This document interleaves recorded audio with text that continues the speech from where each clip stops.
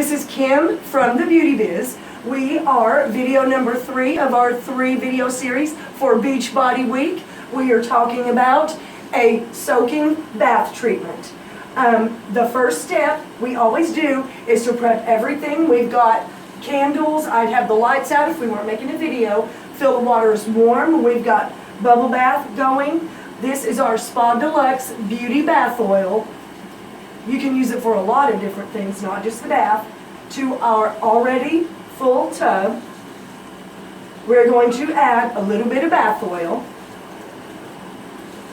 I can add my spa neck wrap or my eye pads, turn out the lights, have a relaxing moment. I'll remember to lock the doors so the kids don't come in.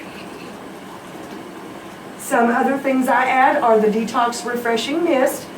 We might make a video about that in the future. It smells eucalyptus and opens your sinuses. It feels so good on your face. And of course, my favorite, my lavender essential oil that I use for relaxation.